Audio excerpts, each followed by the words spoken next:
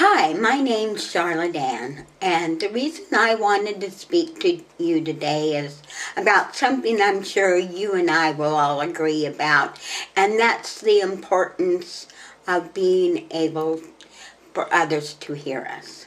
You know, our voice is very important, how we think and how we feel. I would like to give you an example, or rather two examples, and they're both a little bit alike, but yet they're quite a bit differently. And the first example is of one little girl. She's born to this wonderful parents. They love her so much. They teach her and they emotionally support her and they nurture her. And when she gets afraid, they help her and they talk to her. And when she does things right and really good, they praise her so she will have self-esteem. So as this little girl grew up, she went to school and she did wonderfully in school. She got excellent grades all the way through school, even through high school. And she graduated from college with honors. And then she got a very prestigious job that she had wanted for so many years, and it gave her such feeling of self-esteem. And this was all because her parents loved her so deeply. They did that for her. Now, the second little girl, she was different in that her parents, she came from a very dysfunctional family. And so you can imagine that being dysfunctional, there's going to be some abuse there. And she tried to talk to people. She tried to tell people in her family what was happening to her. And she was listened to. She was called a liar. She was said that children are supposed to be seen and not heard. She was called really bad names, or she was sent to her room. Therefore, she started acting out. She would act out at school and get in trouble. And she wanted her parents to know something was wrong, but they would never listen to her. When she was so young that her core personality did not have a chance to develop, she was sexually abused by her mother. And this, in her little mind, how could she cognitively be able to decipher what was going on? She couldn't. So she threw it in the back of her memory, and she dissociated it. She put it in her subconscious.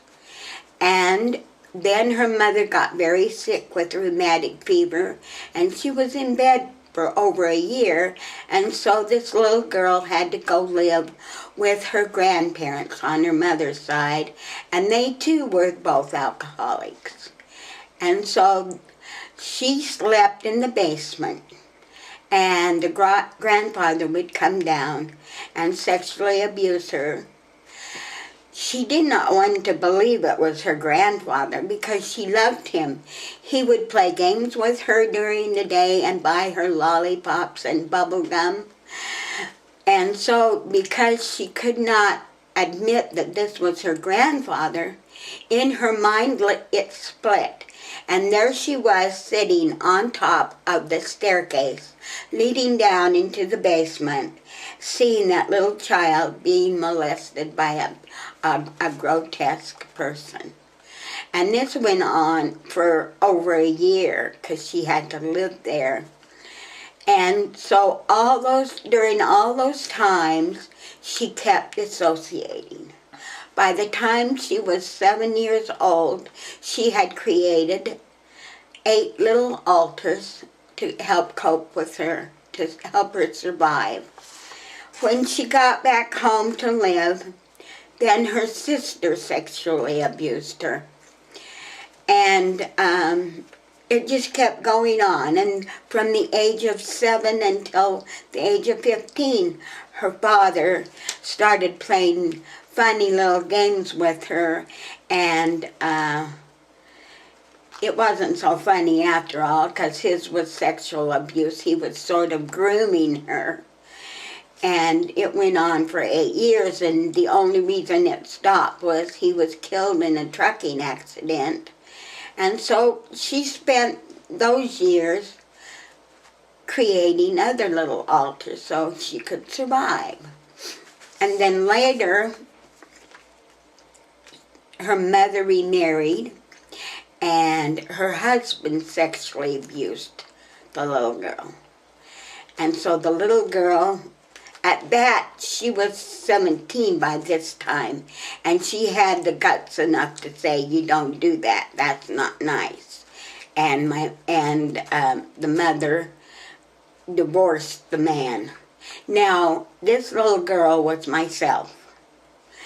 I decided I wanted to go to college, but my idea of going to college was to try to find someone like my dad. I wanted a husband. I wasn't really there to learn, and so I only went to about a year and a month, and I just couldn't take it anymore. It had nothing to do with me not being bright. It was that I was continually trying to cope different ways of surviving. And by this time, I was having post-traumatic stress disorder. And because I didn't remember all of the things that happened to me, I went and married a man and was married with him for 23 years, and he was very abusive in every way possible. He abused me.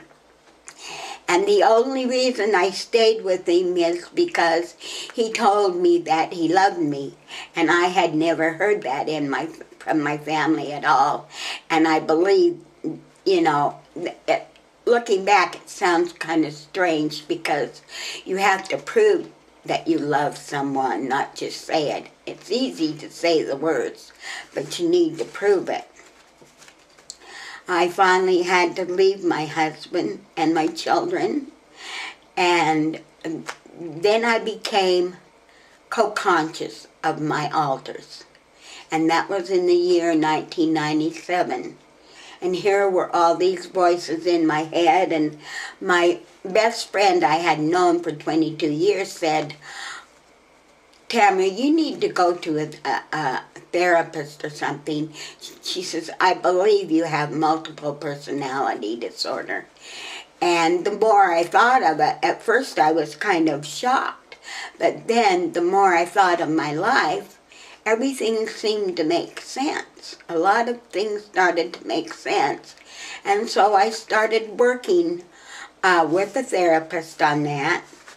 And I worked with him for about a year and a half, and I knew I wasn't going to get really healthy if I stayed in that area.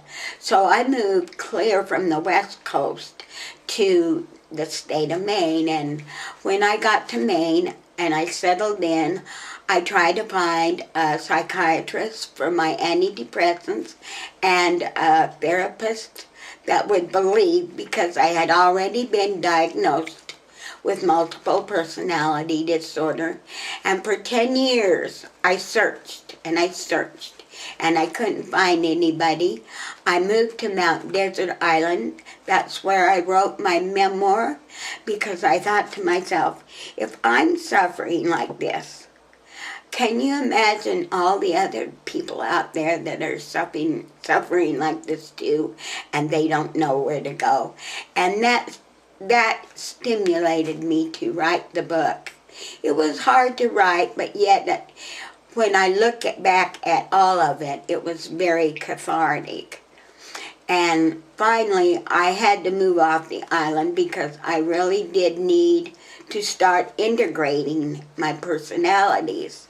And finally, I found 2 really good doctors to work with that believed that I had multiple personality disorder. And as they worked with me, and as my my alter started integrating with me, then I was able to go back into my book and edit my book and show that there was spiritual progress by my being able to get rid of some of my alters. My purpose in writing this book is that I have always wanted a voice, and I never had one. And I just want people to know that it's important to be heard, whether you're a little child or an adult, whether you're at school, whether you're at home, whether you're at work. Your words and your feelings are important.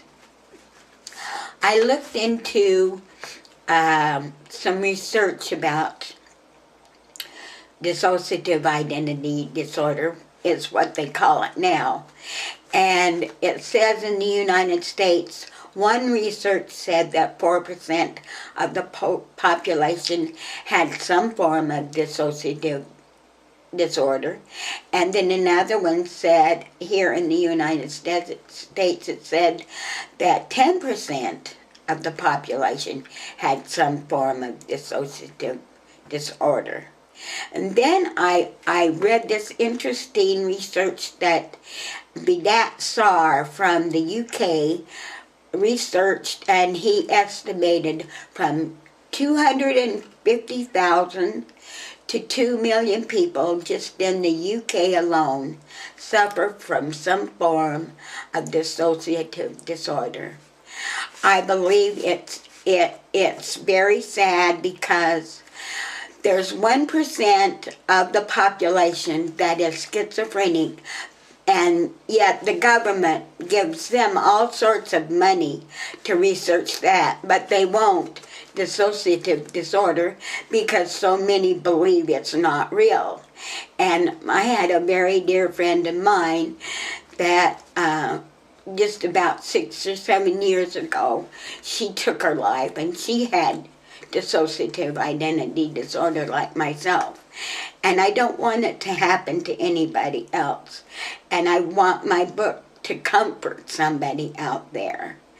And that's why I wanted to talk with you.